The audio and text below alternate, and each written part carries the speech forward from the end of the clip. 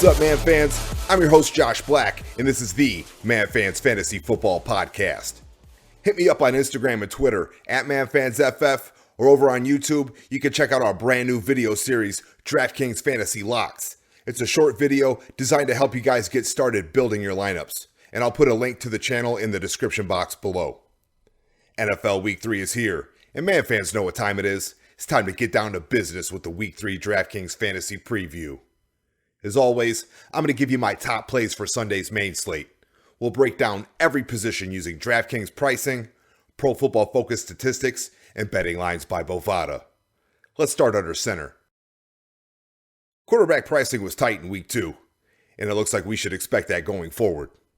Even without Mahomes or Jackson on the slate, you're still going to have to pay up for top 5 production, and probably eat some chalk in the process. Seattle Seahawks quarterback Russell Wilson. He's at home this week against Dallas, and Seattle's a 5-point favorite.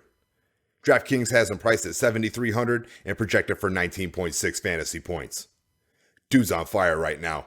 Week 1, he put up 34 fantasy points against Atlanta. Chalk that up to a soft matchup, right? Wrong. Because he goes out in Week 2 and roasts the Patriots. 288 passing yards, 5 touchdowns, 1 pick, and another 39 yards rushing. Russ leads the league with 9 passing touchdowns and an adjusted completion percentage of 94.6%.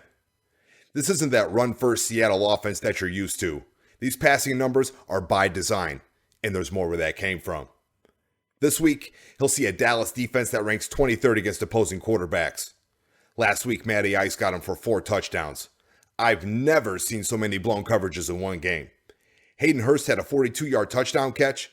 There wasn't a defender within 42 yards of him when he caught the ball. Wilson's got the best deep ball in the NFL, and I think we'll see that on full display this Sunday.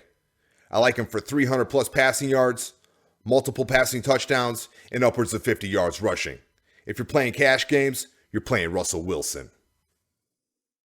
Dallas Cowboys quarterback Dak Prescott. Dallas is at Seattle and a 5-point dog. Prescott's priced at $7,200 and projected for 19.4 fantasy points. And game script worked in our favor last week. The Cowboys got behind early, and Dak came through in a major way.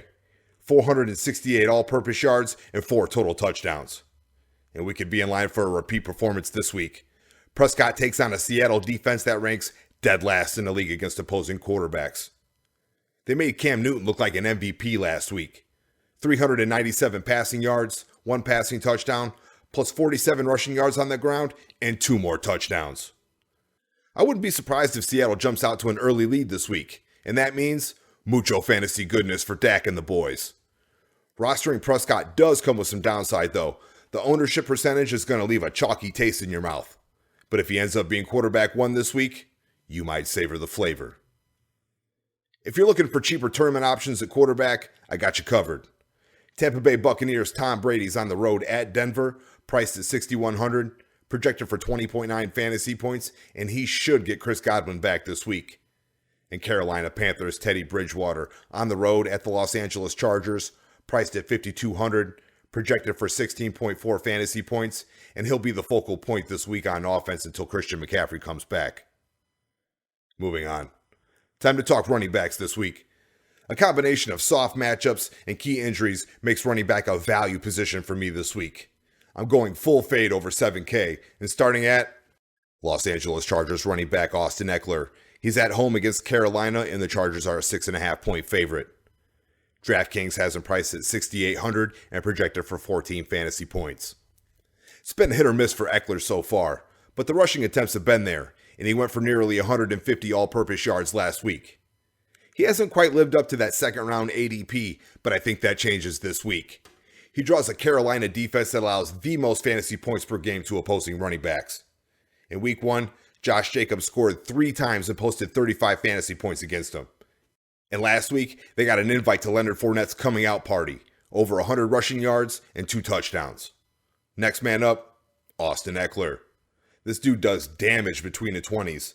He averages over 5 yards per carry and 11 yards per catch. That's the good news. The flip side of the coin is rookie running back Josh Kelly. I was high on him in the pre-draft process, and he's been very involved to start the season. He's matched Austin Eckler's 35 carries so far, but he's been less efficient, and most of his looks come from near the goal line.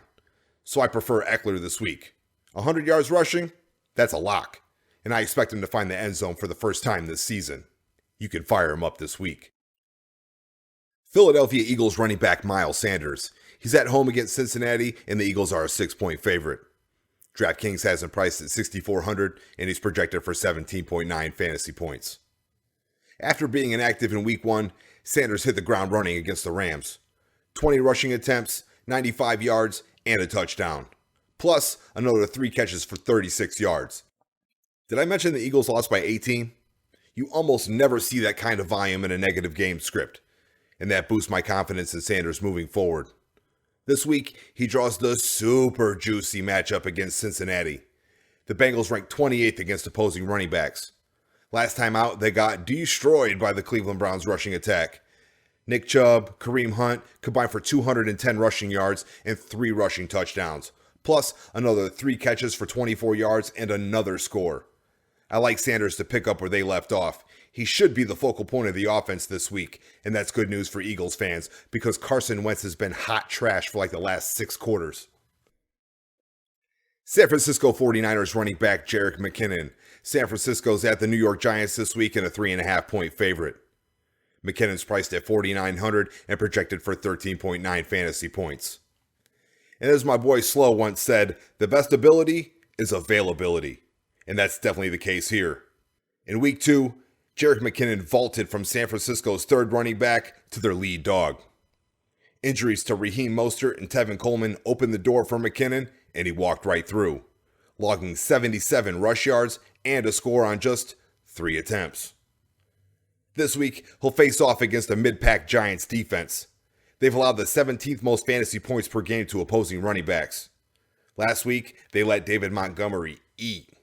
19 total touches, 127 all-purpose yards, averaged 5 yards per carry, 15 yards per catch, and he hit pay dirt.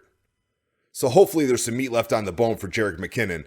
The Niners offense produces elite running back play on a regular basis, so I think McKinnon's in for a big one. Plus, he's got that value city price tag. You can lock him in. Other running backs I like this week, Carolina Panthers Mike Davis on the road at the Chargers, priced at $5,100, projected for 12.1 fantasy points, and he'll be the starter until Christian McCaffrey comes back. And I also like the Buffalo Bills' Devin Singletary. He's at home this week against the Rams, priced at $4,900, projected for 11.9 fantasy points, and with Zach Moss out, Singletary should dominate Buffalo's backfield. Let's shift gears and talk about my top wide receiver plays for the Week 3 main slate. I think stacking this Dallas-Seattle game is the way to go this week. I like both the quarterbacks, so naturally I find myself targeting their wide receivers as well. That means I'm fading the top and starting in the 6K range. Dallas Cowboys wide receiver Amari Cooper. Dallas is at Seattle and a 5-point dog. Draftkings has him priced at $6,500 and projected for 14.4 fantasy points. I recommended Cooper on the Week 2 Draftkings fantasy preview, and he didn't disappoint.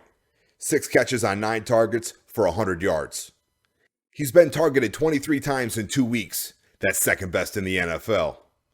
Cooper's primarily used near the line of scrimmage, which is fine, but I'd like to see him get some more red zone targets. He only has 4 in 2 games, which has led to exactly 0 touchdowns. Amari has a chance to change that this week. He'll face off against a Seattle defense that allows the most fantasy points per game to opposing wide receivers. Seattle slot cornerback Marquise Blair is dealing with a knee injury, and that's bad news for the Seahawks, because Cooper's 24% target share has him lining up everywhere. He'll see primary coverage outside from Shaq Griffin, and that's a 19% advantage for Amari. And if they can get him lined up on slot cornerback Ugo Amadi, it's checkmate, son. This game has the highest implied total on the slate, so you'll need some exposure. And if Dallas is trailing, Amari's gonna eat. You can fire him up this week. Seattle Seahawks wide receiver Tyler Lockett. He's at home against Dallas, and Seattle's a 5-point favorite. Lockett's priced at $6,400 on DraftKings and projected for 16.2 fantasy points. Lockett's been Mr. Consistent. 8 targets in each of his first 2 games. He's hauled in 15 of those 16 targets, 159 receiving yards, and a touchdown. Those numbers have him sitting as wide receiver 15 in terms of fantasy points. And it's only going to get better this week. He draws a Dallas defense that ranks 26th against opposing wide receivers. They're extremely vulnerable underneath. Just ask Hayden Hurst. And that's where Lockett's made his money this season. His average depth of target is only 9.4 yards from scrimmage. But dude's got 4.4 speed and the ability to take the top off of any defense in the league. I really like this matchup against slot cornerback Jordan Lewis. Pro Football Focus has that rated as a 42% advantage for Tyler Lockett. That's the biggest on the slate. Dude should be able to hit value on volume alone. If he busts a big one, it's money in the bank. He's my favorite wide receiver to stack with Russell Wilson this week. Chicago Bears wide receiver Allen Robinson. Chicago's at Atlanta in a 3.5-point dog. Allen's priced at $6,200 on Draftkings and projected for 15 fantasy points. A-Rob has yet to break out this season, due in large part to quarterback Mitchell Trubisky. Last week's 3 for 33 stat line was disappointing, but he's drawn 18 targets in 2 games, and I like him to bounce back this week. Robinson faces off against an Atlanta defense that ranks 27th in fantasy points per game allowed to opposing wide receivers. Dude lines up all over the field, and the matchup against primary defender Isaiah Oliver, that's a 60% advantage for Robinson. He's Trubisky's favorite target by far, commanding a 27% target share. That's 8th best in the NFL. So I like Allen Robinson to get right this week. The targets are going to be there, and the matchup is super soft. Plus, I think we might get some ownership suppression based on recency bias and the guys priced around him. And that makes Robinson a fantastic GPP play this week. If you need to spend down at the position, I got 3 guys for you. New England Patriots N'Keal Harry's at home against the Las Vegas Raiders, priced at $4,200, projected for 11.7 fantasy points, and he's really emerging as Cam Newton's favorite receiver.